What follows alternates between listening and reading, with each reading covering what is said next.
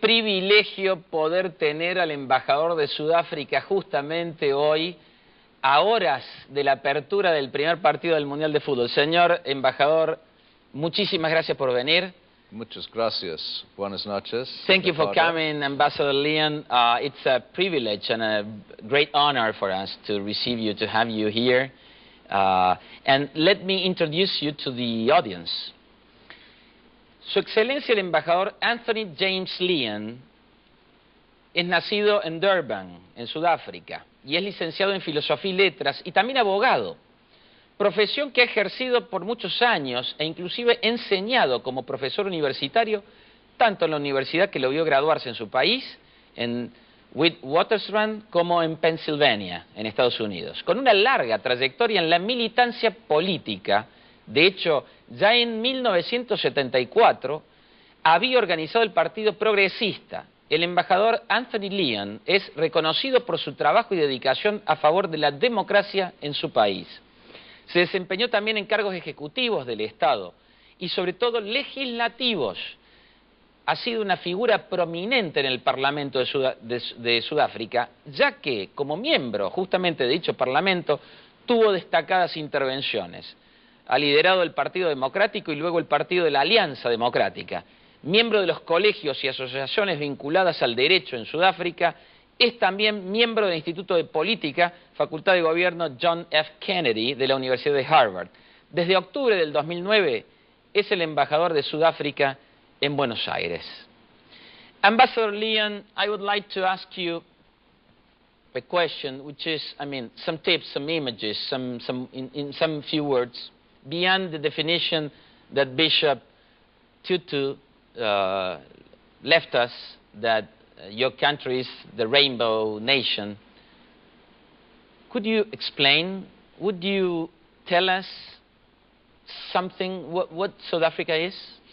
Well, I think in a few hours' time, when the World Cup starts tomorrow in Johannesburg, you're going to see South Africa as it is. It's a very modern, dynamic, democratic country. But it's also, in the words of one of our tourism slogans, a world in one country. It's very different.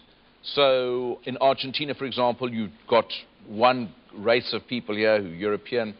South Africa, you've got many ethnic groups, 11 different languages.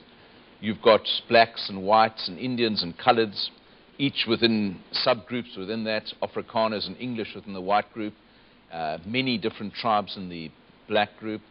And so we have a country that's very rich, we have a country that's very poor. We've got a country that's very first world, we've got a country that's very third world. We've got a country with, I think, many differences, but which has many symbols of unity. And as our President Jacob Zuma said, nothing has been as important for South Africa since the arrival of democracy in 1994 than the World Cup, which starts tomorrow. So this is a moment of great hope, opportunity and renewal for South Africa, and I hope that our many friends in Argentina will see South Africa in all its complexity, the good, the bad, the pretty, the ugly, because that's what makes us, I think, a very distinct country. Well, it's a very, very nice description. In 1998, you wrote and published a book named Hope and Fear, Reflections of a Democrat. And what are the key success factors of the democratic development of South Africa? Well, I think the most important is, especially in our part of the world, Africa, which has got many democratic upheavals and reversals, as well as success stories, is that we've sustained a democracy on rather unpromising territory. There'd been 350 years of racial conflict until 1994, and we've had 4 democratic elections, which have been very peaceful and reasonably fair and free, although the party I represent always comes second. We haven't contested the results. And I think that we have one of the most modern and progressive constitutions in Africa and the world. It's got equal rights for everyone, blacks and whites, gays and heterosexuals, all religions, all languages. And we've tried to make that work. And I think that's been a great achievement. I think another factor is dealing with the past. You know, South Africa went for a truth and reconciliation process, not something that's been followed in Argentina, where you've had military trials or trials of the former military right up until this day. we decided to try and draw a page on the past, and therefore we had a process of confession that people who were involved in the previous military or apartheid junta could confess their crimes and not be punished. That's been an uneven success story, but I think it has largely been a model that other countries perhaps can follow.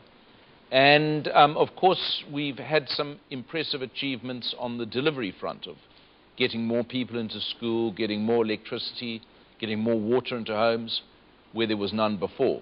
But there have also been some challenges and some failures. And I think that we have made mistakes, as countries do, but we keep trying, and that is the most important thing. What is the main role from a geopolitical and economical point of view of South Africa in the region and in the world? Well, I think South Africa has punched above its weight in international forums, not just because of the past and the idea that we'd had a reconciliation, but we are about to enter our second term on the United Nations Security Council as a non-permanent member. And I think the agenda for South Africa has largely been to try and project Africa in the world. I mean, Africa in many ways is the forgotten continent. I know some people have said that about Latin America. In Chinese. Yeah. In Mandarin, I think that it is the forgotten continent. Yeah. And that's true because it tends to be on the periphery of world events. But South Africa has really tried very hard to make it in the center of the G8 and now the G20, of which we are a member, as is Argentina. South Africa is the only African member of the G20. Argentina is one of two South American countries with Brazil. And we believe very much in the strength of the South. And that, of course, gives us a lot in common with Argentina. We are both anchor states of what you might call the South. And the South, of course, is a polite word for what used to be called the Third World, the sort of forgotten half of the world. But I think we've seen in the recent economic crisis that it is the developing world, rather than the developed world, that is going to be the growth of the future. And that was underlined just last week in an article by Robert Zoellick, the president of the World Bank, made that point in the Financial Times, when he actually said the growth of the future is going to come from the developing world. And Africa and South Africa are part of that growth.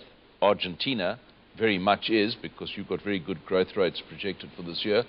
And I think that we want there to be a reconsideration of the global order so that it reflects the realities of the 21st century and not the realities of 1945, which was when most of the institutions from the United Nations to the World Bank to the IMF were put into place. I ask your permission to make a commercial break, and then volvemos con más Sudáfrica Mundial en Clase Ejecutiva.